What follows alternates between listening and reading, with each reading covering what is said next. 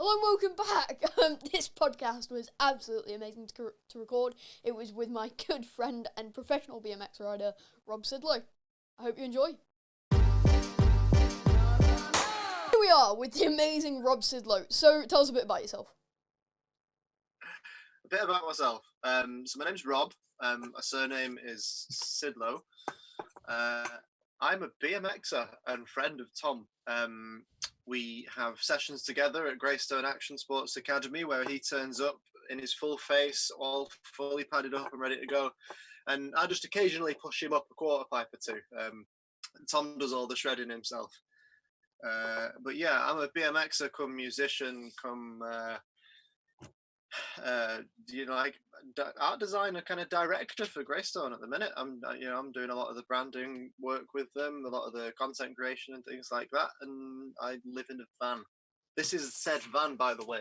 They have any seats. They're the front seats in the cab, and this is a camper van. Believe it or not, I know it looks like a sick suave office, but yeah, this is a camper van. So how did you get started riding BMX?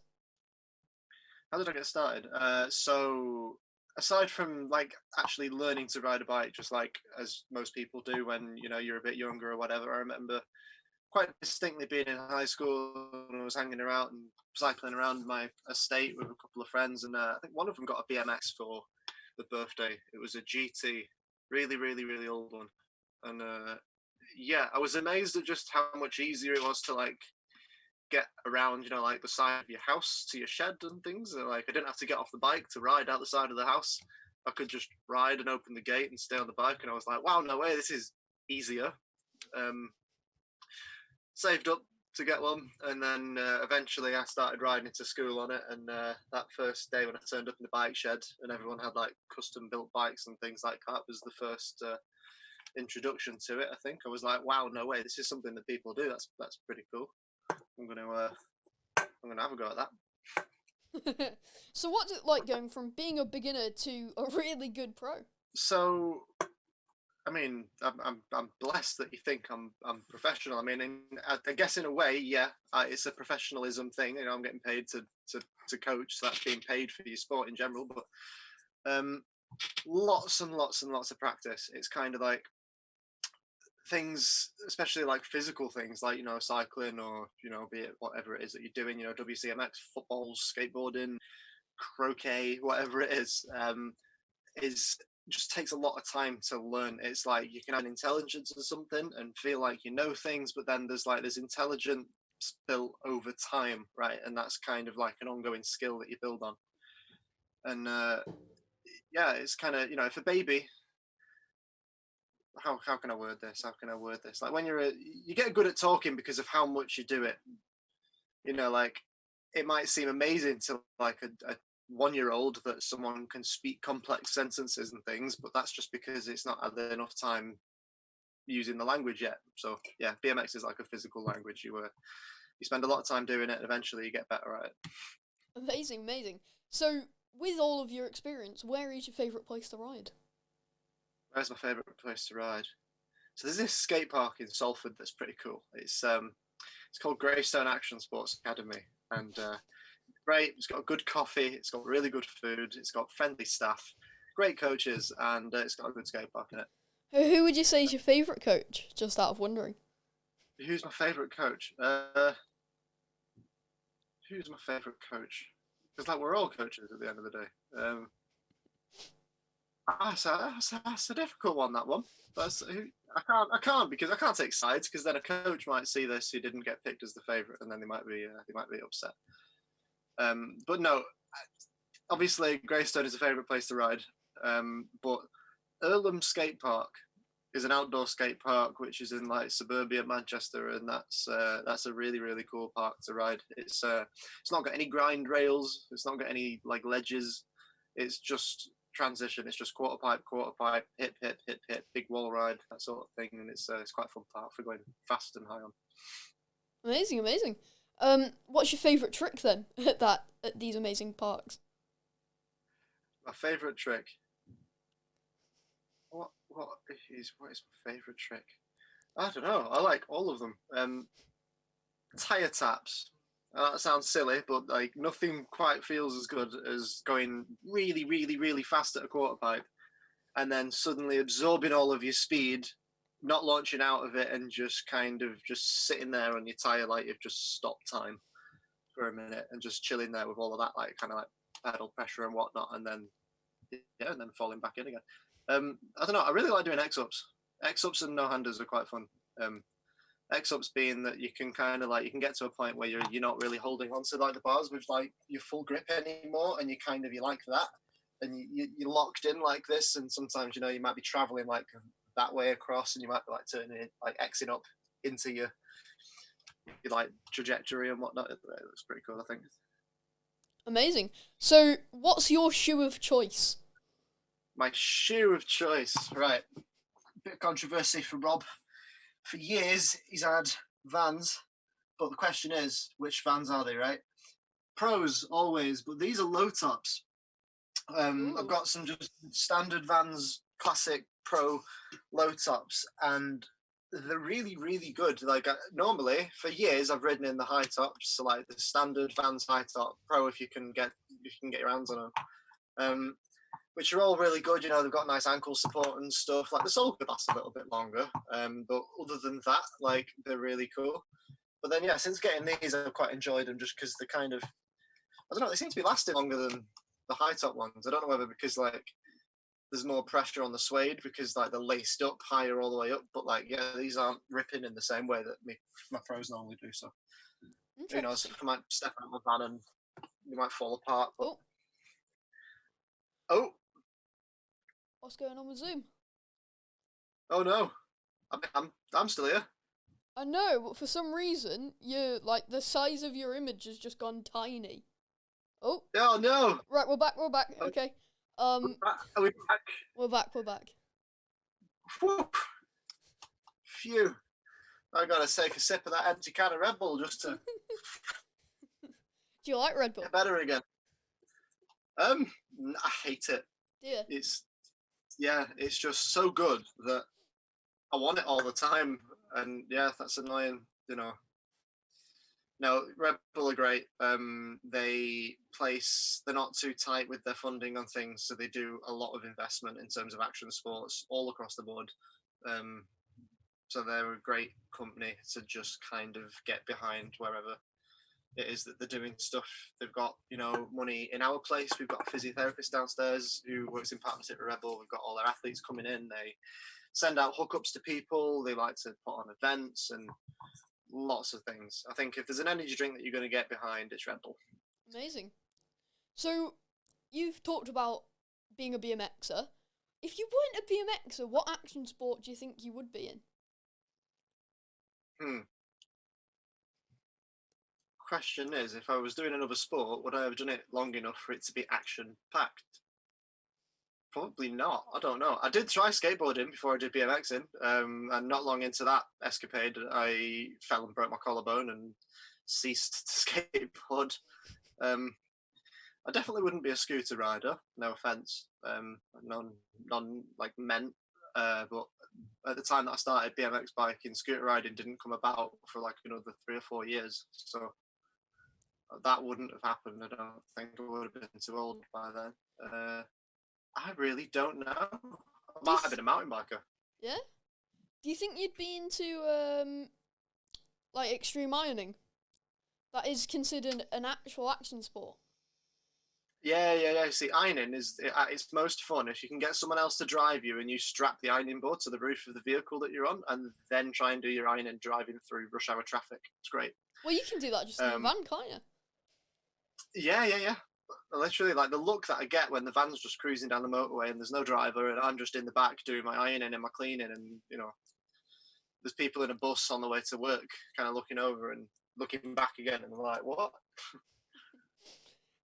So you've talked about your favourite place. Let's do a bit of a tier list. So I have a list of skate parks and you're going to have to rate them. Alright, so if I've not been to one of the parks that you're talking about, I just say, I think it's good? Yeah.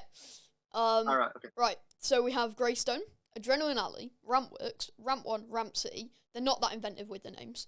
House of Vans, Projects, and Mount Hawk. Okay, sweet. Right, run me through them one by one. I'll give you a So we rating. have Greystone. Right, that is a priceless rating. Okay. That is rateless. I can't possibly rate it. It's so good. Okay. Adrenaline Alley. A solid 9 out of 10. Great. I feel like the actual facility itself is incredible, and I can't speak too much for the team that are running it and things like that.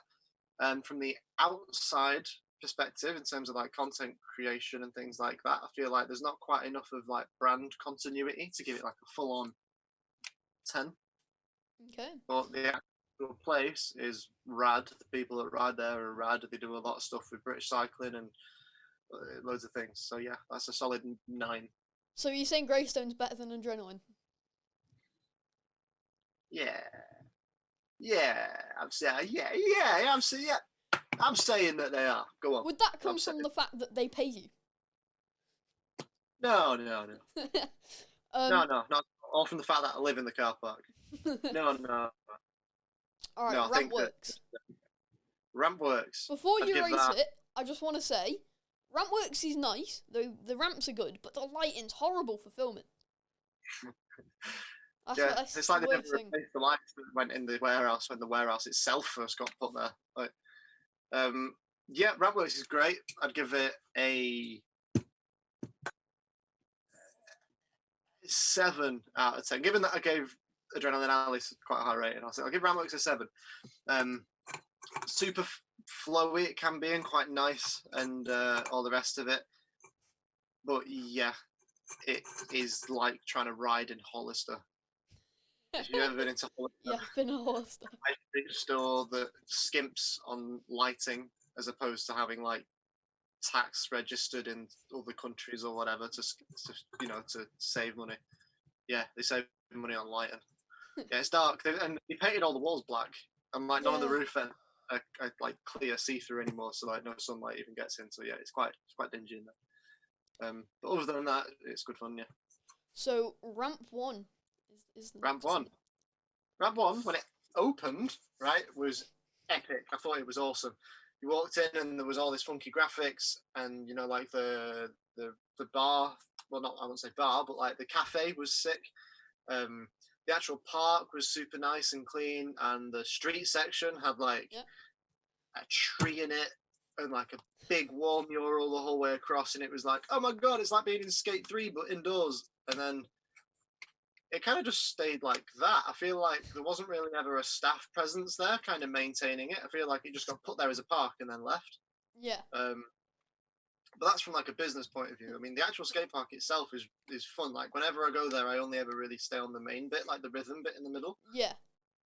Which is amazing. That's like a jump box / racetrack / bowl / just / everything, all the slashes. Yeah, it's epic. It's really good fun. I think one of the most annoying things about Ramp 1 is they've got rid of the Mega Ramp now. They've got rid of I think they got rid of a bowl. They've got rid of some mini ramps. They've got rid of a load of it, which is... They've seen at one point Greystone's manifesto is, and they're now putting like Ninja Warrior / trampoline things in there in an attempt to claw back some money. I think that's what I've been told anyway, and kind of like how it seems. Okay. But yeah, I mean, yeah, I don't know, like that bowl that they ripped half of out was a bit kind of strange anyway. It was like the longest thing you've ever seen, and there wasn't really much in the way of like gaps or anything. It was just kind of like a long, it was like a really long half pipe. Yeah. So it was bowled in. Okay, so then the next one. 6. Oh, yes. I never actually rated it. Sorry. 6. Yeah, 6. Right, so the next one of uninventive names is Ramp City. No, I'd say that's quite an original name. Ramp, yeah, Ramp's cool. Ramp City, that's cool. Yeah. Done that yet. Ramp City, same again. It's quite fun to ride. I feel like there's less selection in there than there is in any of the other parks. Yeah. However, big sell factor, there's a vert ramp. Yeah. huge half pipe that's like 13, 14 foot tall or however big it is, and they're so much fun to ride, and it's a dying sport seemingly, like whether it's skate or BMX. Like there's just not enough people riding vert, and there's not enough vert around for people to ride. Yeah. So like that alone gives it like a good point, but the rest of the park is quite kind of basic. It's not really very diverse. And then same again, a little bit like Ramp One. There's like kind of not really like any kind of culture that kind of like surrounds it. It's Yeah. just a skate park in a shed. So I'd give that one. Yeah, I'd give that one. I'd give it a 6. I'd put it on the same par as Ramp One. I've only been in there once, and when we went in, the owner he took us in and he gave me a bit of a tour, and we walk in, and he's like, "Oh, just mind those buckets because the roof is leaking," and then the woman comes in, and I no joke of a lie, she comes in, and on the ramp with a bag, she goes up and she picks up a piece of like literal piece of. She picks it up and she walks out. So, viewers that didn't hear what Tom said, feces. Yes, Human feces. Human well, I don't know if it's human. I mean, do they have a dog? Maybe it's there. Maybe they don't have a toilet in there and they just kind of use the ramps. Yeah. Yeah, that would be a. Wow, imagine being a skater and getting wheel bite and your wheel bite was turd. Oh. Yeah, that wouldn't be fun. Right, okay. Let's hope that doesn't reach any, further than this conversation for their sake. That's crazy. Really? Yeah. Oh, The next skate park, House of Vans. I've never been to the House of Vans. I'd love to get given that tour. That looks pretty cool. I think it looks like a really good skate park, like in terms of like skateboarding, like skate orientated park. Like it's got loads of like little tight transitions and stuff, and it's made of concrete. And it looks pretty cool. I think the kind of modular like event space is quite a cool element of it. Like the House of Vans kind of has like a broader cultural element, which is kind of what Greystone's like what we're going for a little bit. So I think it's definitely pretty cool from that perspective. So the fact that I actually went to a night that they orchestrated in Manchester, like they did a House of Vans night in Manchester, like a kind of pop-up event, which was pretty cool. But yeah, for that element of them, I'll give them a. Are we rating the place as a whole or just the skate park? Because I can't vouch for the skate park. We'll rate the place as a whole. All right, I'll give them a 7 because of the whole cultural thing. Like it's playing quite a lot of quite a strong role in like art, music, and just media in general. It's quite like a cultural plug over there. So it is cool for sure. Because it's got the Vans Museum, it's got the cafe, the performance room, and then the cinema. There's a cinema? Yeah, there's a cinema. Nice. There's also a cinema at Greystone. When we choose to put movies on. I think House of Vans definitely, it's got to have a higher rating, just because it's under a station, isn't it? Like, you've got to give it a bit of a rating for that. That's sick. There's another skate park underneath that train station. I'm sure I've seen it. And it was a bar that they decided to put skate park in. I'm sure there's another skate park under there. I've not seen it, but that also sounds pretty cool. The next one, Project Skate Park. Yep. You know what? I'm gonna go straight ahead and give them an 8. Right? Ooh, now the BMX, they're not like. It's not great to ride at all. So like, I'm not really saying it from like a BMX perspective, but what they've done in terms of like uniting the skate scene in Manchester is like what every skate park should aim to do. Like obviously they've not got the footprint or the diversity in terms of like the ramps to like kind of cater for the other sports like that, but in terms of being like a sick hub for like a sporting community and doing events and art and things like that, like it has like quite a big influence, and I think Projects deserves a good rating for that alone, really, despite me not liking riding there very much.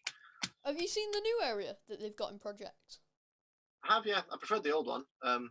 That's just because it was a bit softer for bike riding. Like there was just a couple of little gaps and stuff that you could do, whereas now it's just kind of like just a bigger skateboarding park. But it looks pretty cool though. Like I did hear someone making noises that they actually had more space than what they do. Like maybe on the other side of the bridge or something, but like that might.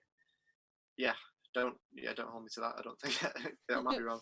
The bowl's quite nice there. The new bit that they've built, the bowly kind of thing, that's quite nice. The kind of the horseshoe Yeah, shape. semicircle kind of thing. That's quite Yeah. nice. And the final one, I don't think you've been to this one, Mount Hawk. Yeah, Mount Hawk. I've actually been to Mount Hawk, Have you? and yeah, and I rode the old park and the new park, and I'll tell you now, they did a much better job of the new park than they did the old park. Oh yeah. Yeah. Like the rhythm section that's in there is awesome. They've done a really nice job of that. Good variety just within that one bit. They've got a vert ramp. They've got like a really nice bigger street park. They've now got this outdoor plaza thing, and I'm pretty sure they're doing like trails as well. Yeah. And yeah, they've got a good thing going on really. Like they've definitely united all the Cornish people that skate and things. You hear of a lot of decent things that come out of them. Yeah. I feel like I'll give them a 7. Okay. I think it was quite good when I went there. The actual outdoor skate park itself was pretty much the only bit of road.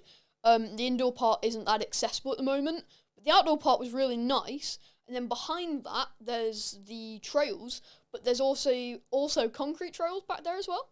A little pump track thing. Yeah, it's not really a trail; it's a little pump track. So I rode that a bit. That was quite good. Yeah, it's not bad at all.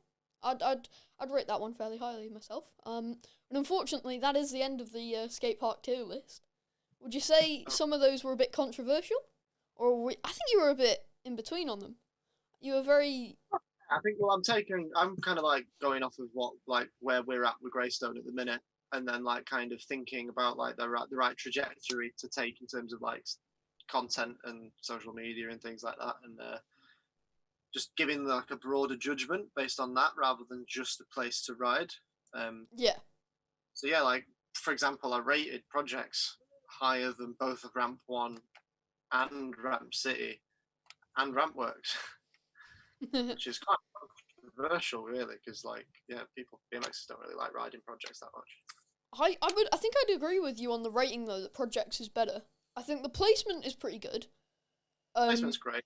A really good thing in terms of like the the cafe and the way that the place looks, and yeah, they've now got like a good reach. Yeah. We say. I think from a WCMX perspective, it's really nice. It's super accessible as well, which is great. So that gets rid of your job. Whoa! Put me out of business. I'm taking some stair lift into the skate park. Me no more. How did you find out? I mean, you mentioned already you live in a van. How did you find out about van life and get into it? So when you were saying about Mount Hawk, yeah, have you been? I don't think you've been there. It was actually I've been to Mount Hawk. It was actually one time when I was at Mount Hawk that I initially saw the van life for the first time. I think like me and mate Aaron drove down for a contest, and we drove early morning on the Saturday. We slept in my car overnight on the Sunday somewhere near Newquay, and then did the other contest on the Sunday, and then like left. And that night there was a camper van in the same car park as us, and I was like, wow, no way, that's pretty cool. He had his BMX on the roof. And then in the car park, a guy called Leon Perkins, or the Diary of a Van Man, had his first van, which is actually I think the same year as this one. And we got to like see inside it and stuff, and I just thought it was epic that like, I was living.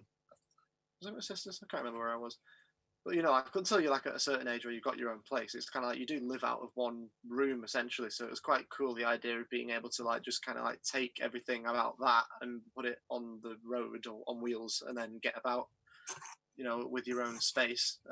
So yeah, I think caught the bug from then really. It took several years. It was a good, 4 or 5 years or something until the, where I am now with it. Yeah. So we've already mentioned that you work at Greystone. How did you get into working at Greystone, and what do you think about the place now? I don't work at Greystone. What are you on about? I've never heard of Greystone. I've never heard of it. desperately looking around for something that just like within hand's reach that had the logo on it that I could just go, woo, Greystone. So I was working for Aldi at the time. I was in a big fridge, driving a forklift truck around every day. And then I came for a ride here, and I'd seen on the Facebook that they'd advertised for like a manager's position. So I spoke to the current manager at the time to kind of get a feel for what sort of a person they were looking for. And then, yeah, that just translated into provisional hours being given to kind of like have a feel for working. And then bit by bit, things just kind of evolved from there, really. And every step's been in a good direction so far. So. And now you live in the car park. And now my front garden is a concrete car park in Salford, yeah. I know every train that goes by the hour. Oh, yeah? Yeah, every single one of them. I can tell you what type of engine they've got. I can't really. I can tell you how full they are. I can tell you the fox's name that lives in the bush down the road. Everything about this car park, I know. Oh, yeah? Yeah? So, now you work there and you know everybody. What has that changed your thoughts on the park over the years? I'd say so, yeah. I feel like for some people that haven't been to Greystone before, and maybe they're already enthusiasts in the sport, you might already be a skater or a BMXer or whatever, and you might see a skate park that's called an Action Sports Academy, and you might look at the content and you might think, oh, that's a little bit too corporate for me. I don't really want to kind of go there. It seems a little bit like, I'll have to pay a lot of money for a short amount of time or whatever. So people might initially be a bit apprehensive and not want to come and like get involved, but like you realize that the second that you get through the door, it's like it's a culture. It really is. It's like, yeah, like obviously living here I get way more of a feel for that, but like when we're open, the diversity and the amount of people that we get through the doors is second to none. It's crazy. And like learning what everybody here is about in terms of like the staff and kind of like they're all the core values and everything like that, it becomes kind of like a safe place really for everyone that's a action sports enthusiast. amazing. So yeah, it's a lovely spot, and it's really nice to finish your session with a beer after hours as well, just in case you're pre-COVID or you're like post-COVID and when everything's back open, and makes for quite a nice venue. Sick. So we've talked about, your career in BMX and working at Greystone. Where do you see your career going? So I would like to push more into like video making, content creation just in general, and kind of keep my foot in the door in terms of just doing like the graphic design work and photography and things like that, because like eventually there's going to come a point where we diversify and we have multiple centers, and the second that you've got a second center, it's like all of the jobs that I'm already doing for this place will be doubled, which would then be enough to probably take me off of kind of the service side of things and the coaching side of things. Like I'd be able to just have like a creative platform where like I provide a lot of the content for them. That would then mean that, for example, you could spend a couple of weeks, 3 weeks or something letting content kind of back up and get backdated, and then just leave and go off and travel and work over the internet and carry on getting paid your wage because you're doing your work, but then you're not actually having to be at the center, which would be quite nice. But yeah, I think like something like a art director or like creative director of Greystone would be great if in the future we've got multiple centers and we keep growing in the way that we are. Amazing. So you've talked about your career. Where do you actually see the action sports industry heading? Definitely more commercialized. Yeah. Well, no, commercialized is the wrong word. Because that insinuates that like Coca-Cola are going to start having a skate team, which is not what I was getting at. I mean more. It's becoming more a public thing.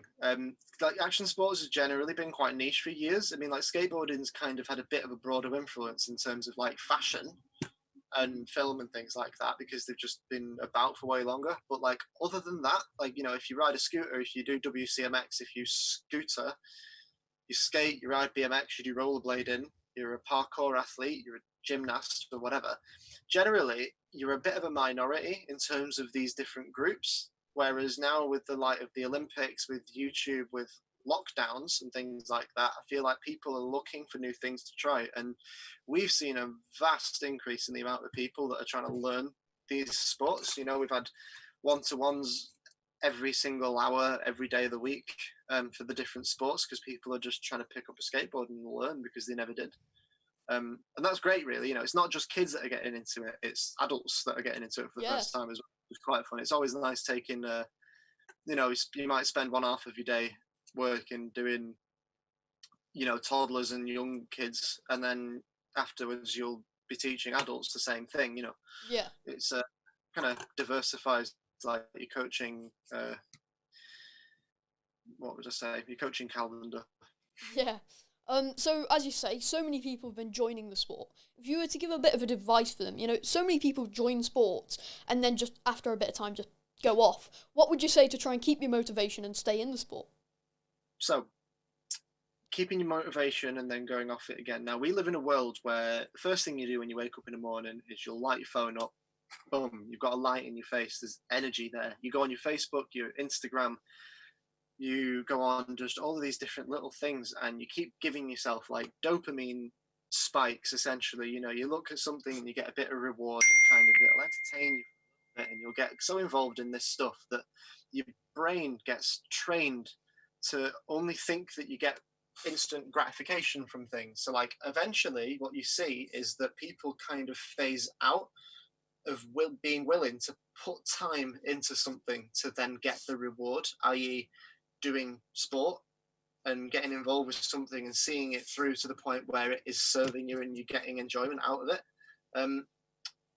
So like kind of like building on that, it's kind of you need to my advice to people that are starting out in the sports is to persevere with it and actually challenge yourself, right? And put your phone down less, put the controllers down, and actually like get out and do these sports because there's a real beauty in like the realness of what it is that you're doing. You know, it's like there's all this talk about mindfulness and meditation and all this chanty bloody blue blah and all the rest of it. But like I honestly think, other than making music, the one thing that you can do to become an instant, you know, Zen Christ consciousness master is to just go and do some extreme sports because like you know you can't be lost in your own problems and worries and thoughts when you're flying at a quarter pipe on a BMX. Like, you have to be in the zone, and it kind of like that has a real benefit on the mental health of people when they do it. So I feel like it's worth it even just from there. But yeah, my advice would be to persevere if you're only just about to start. Okay, so unfortunately, that's the end of the questions, but not the end of the podcast. We have. I like the questions, Tom. I'm here with my boundary supply field notes thing as well, and I've got my pens and my book, and I'm like, oh, questions, I like it. Yeah. Well, you'll probably like this next part as well. So, in the first episode of Action Sports for All, I did a trivia with Kath. And we enjoyed it that much that we thought we'd make it a regular thing. So, welcome to the Action Sports for All trivia. These are multi-choice questions where there's so ABCs, and it's all things that are easy foundable about you on the internet. Oh God. What? Oh no. Right. Okay. So we'll start off. Right. So your first post on Instagram that's findable. What year was it posted? Obviously, I have ABCs. Right. I can tell you, it's a picture of a shoe. Right. I know that it's a Nike shoe. Is the first post, but when was it put on? It's not. What? Yeah, I remember it's not. That is findable on your Instagram. You may have archived it because that is not. So I'll give you in years. So I'll send you the photo after. I remember seeing it when we're doing my research. So A, 2013. B, 2012. I think it's 2015. Or C, 2014.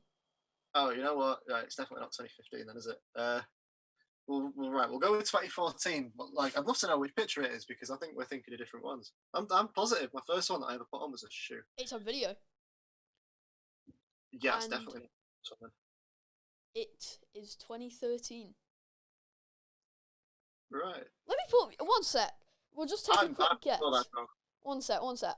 I've got one. Not to, not to sound the trivia master, but like I'm positive that it was. Mate, I'm positive that you are wrong. I'm bringing it up now. Oh really? Well, so am I. I've, Except because I'm on Zoom, my internet's being slow, so it's not even going past the first load of images. mate, There's a lot of image. the Right. people can see it. The people can see it. Oh, you're gonna screen share? Oh yeah, you can see the screen on the recording now. I'm recording the That's it. screen. We can see you, see me, Right. and the screen right now. Mate, I'm gonna find it before That's you. fine. I'm going as far back as I possibly can, and On your Instagram. yeah, but I'm still going to be here for quite a while. I'm sorry, people. This isn't probably making for very interesting Right, content. I am at the bottom. I'm at the bottom. Oh, your bandwidth's low. I found I dear. found it. It's Right. you in Blackpool doing wall rides. That's so strange. Do you know what's mad? I didn't do that. I didn't cut it off there. I don't know whether YouTube's like removing old posts as you put new ones on. But that's definitely not the first thing that I posted because I was way back in. Just should I put it? just one sec. We've lost a bit of connection over Zoom. It must be because you're taking too much bandwidth with your phone or something. Yeah, it could be, I guess. Because your image has gone tiny again. I'm gonna have to hella crop in. But no, right. yeah. Yeah, I'm pretty sure. 22 likes Yeah, and I 2 think. comments. Right, yeah, Instagram then is doing something with my old posts, whether it's removing them and then, because I put new ones on, maybe. Yeah. But yeah, that's quite strange and we're because that back. was quite a way into my Instagram career. That moment because I did it when they didn't do video on Instagram. I remember when they first brought it out, and I was like, wow, no way, you can put a video on Instagram now. That's cool. One sec, I'll share my screen. I'll show you. Yeah. I know the video that you mean. I just I didn't realize it was. One sec. Share. Right. You can see now. So the people can see this, and I can see this. Your first post, I've gone straight to the bottom, and it's. I'll not do the audio because it's really loud.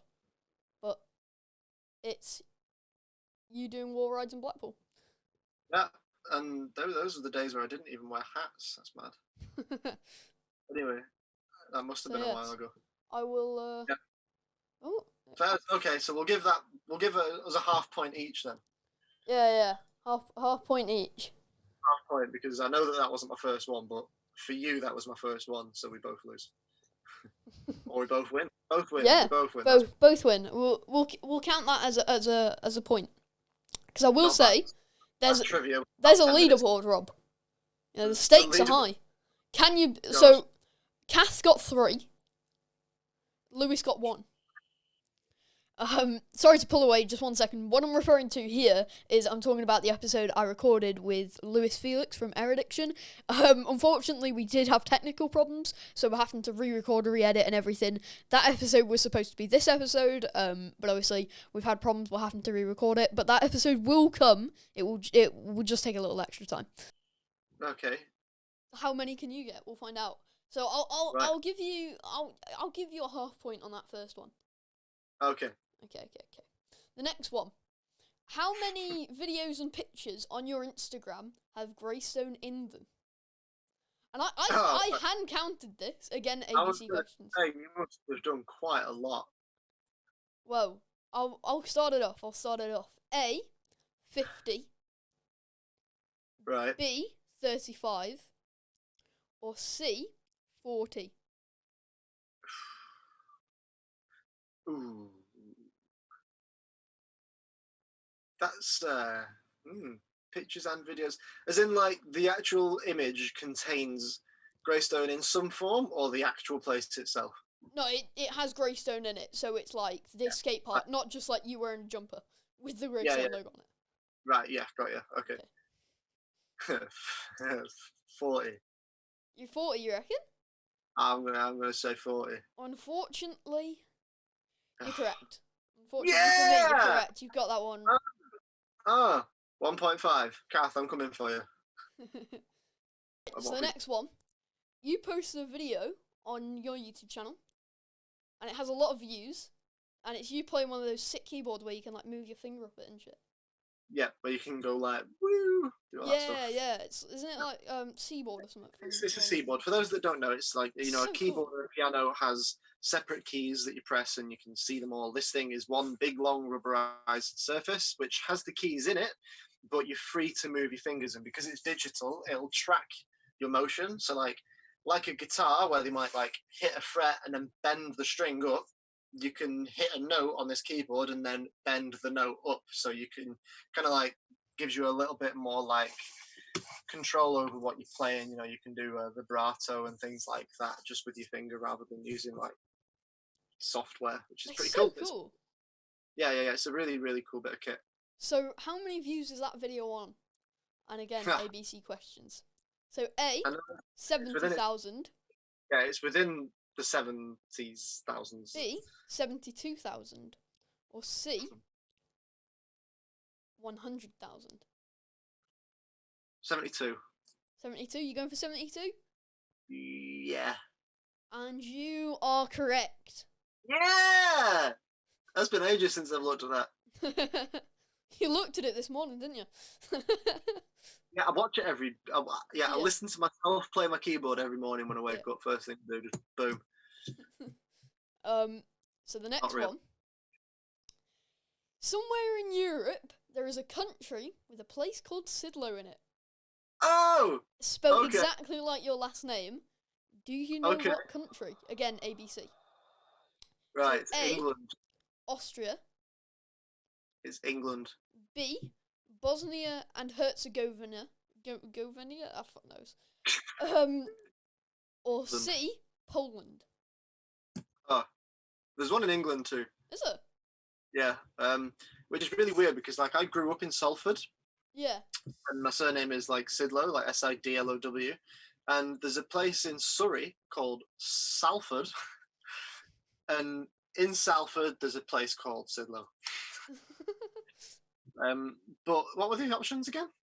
It's Austria, Bosnia and Herzegovina, and Poland. I've butchered that Bosnia one, but...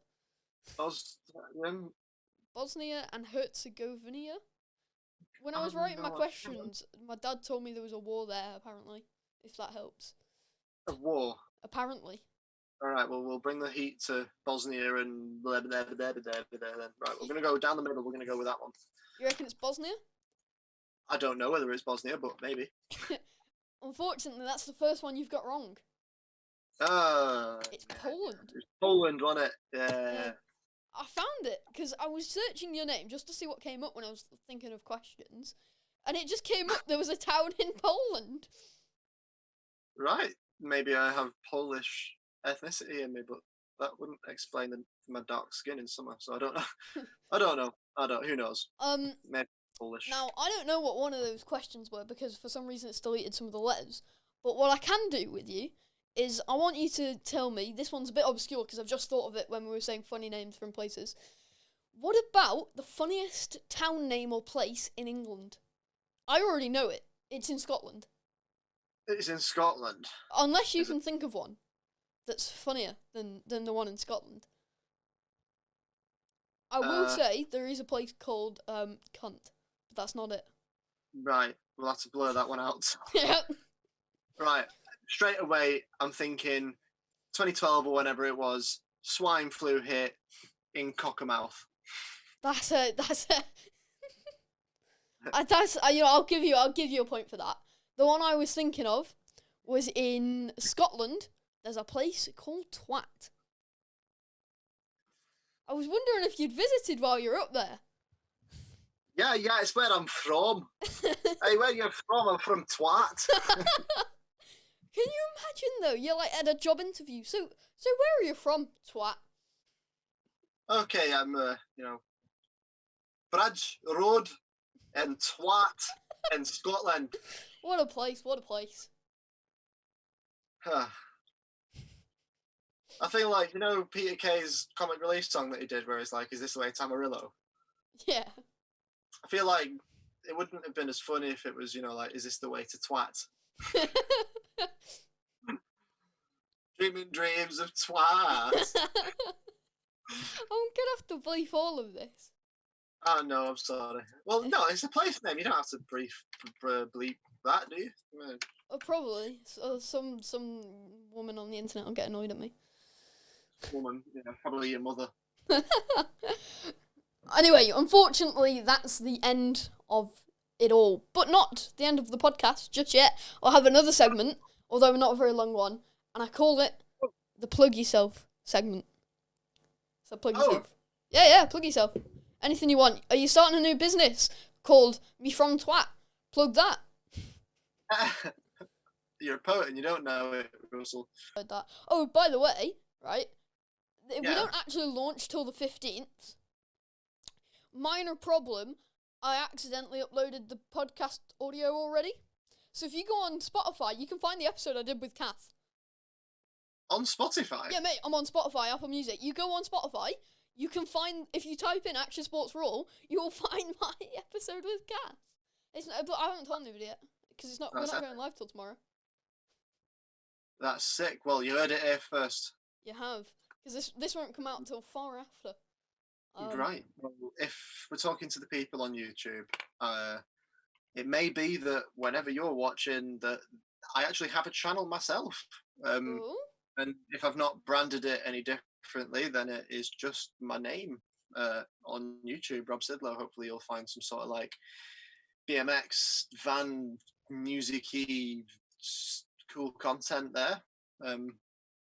Maybe, but other than that, yeah, just follow me on Instagram is kind of like the only place where I keep things updated, really. I put photo series and reels and things on there for y'all to enjoy. Unfortunately, it is the end of the podcast. I hope you did enjoy it. You can check out everything we've mentioned down in the description below, including my personal channel, Rob's Instagram. Yeah, and an affiliate link to Redbull, because I want money. And please sponsor us. And yeah, thank you for watching. Rob, thank you for coming on. And this is the end. Goodbye. No problem. See you later, guys. Peace out.